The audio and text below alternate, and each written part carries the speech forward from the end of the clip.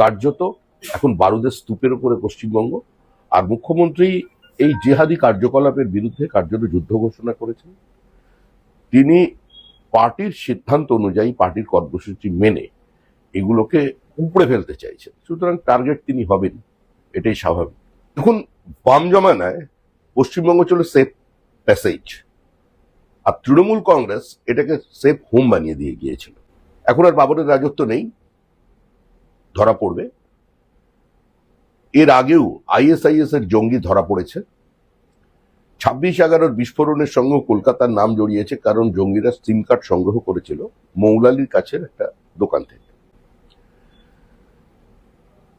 গুজরাটের প্রাক্তন মুখ্যমন্ত্রী এবং বর্তমানে ভারতের প্রধানমন্ত্রীকে খুন করবার চক্রান্ত করে দুজন জঙ্গি এই কলকাতা হয়েই দিল্লি ছিল নিউ দিল্লি স্টেশনে তারা ধরা পড়ে।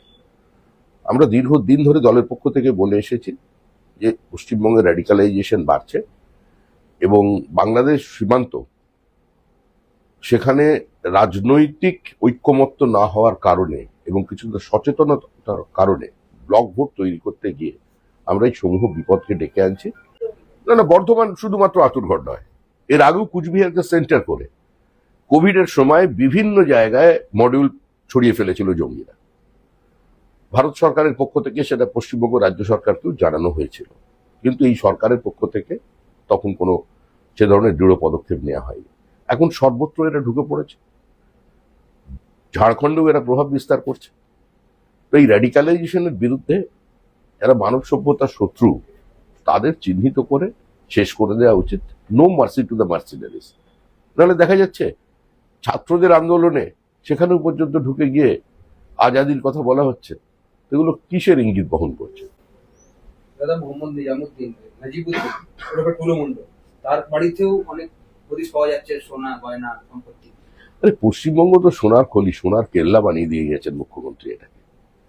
মমতা বন্দ্যোপাধ্যায়ের নেতৃত্বে 15 বছর যাবৎ কিছু মানুষের যা উত্থান হয়েছে, সেটা ভারতবর্ষের অন্যান্য মানুষের কাছে ঈর্ষণীয় হয়ে গেছে।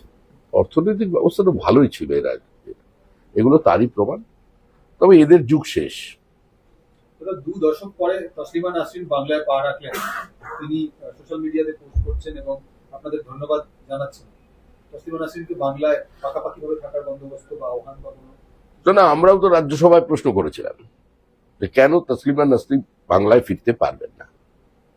সিপিএম এবং কংগ্রেস, পরবর্তীকালে তৃণমূল কংগ্রেস, তসলিমা নাসরিনকে পশ্চিমবঙ্গে ঢুকতে দেয়নি।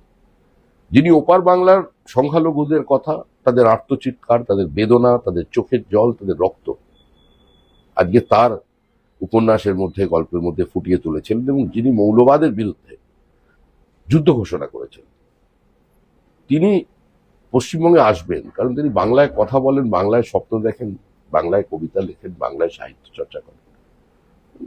এই বহুত্ববাদের দেশে আর বাঙালি সব যাকে এগিয়ে আছে তাকে এখানে স্বাগত জানানো হয়েছে। এখানে যদি জয়া হাসান থাকতে পারেন, তাহলে তসলিমা নাসরিন কেন থাকতে পারবেন? দেখুন, এটা হবার ছিল, কারণ আমরাই একমাত্র রাজনৈতিক দল, আমরা 80-র দশক থেকে বলে এসেছি যে একটা বিনা যুদ্ধে ভারত দখলের চক্রান্ত পশ্চিমবঙ্গের উপরে চলেছে। Silent demographic invasion. তৃণমূল জমানায় যেটা হয়েছে সেটা হচ্ছে র্যাডিকালাইজেশন বেড়েছে, ধর্মান্ধ মৌলবাদীদের সংখ্যা বেড়েছে। বিভিন্ন জায়গায় শিশু মনে বিদ্বেষের বিষ, দেশ বিরোধিতার বিষ, হিন্দু বিদ্বেষের বিষ ঢুকিয়ে দেওয়া হয়েছে। যে পরিবেশ তৈরি করে ফেলা হয়েছিল, তার জন্য জঙ্গিরাও মনে করতে শুরু করেছিল সমাজ বিরোধীদের সঙ্গে সঙ্গে যে এই রাজ্যটা আমাদের রাজ্য। সেটারই আজকে এটা ফল দেখা যাচ্ছে।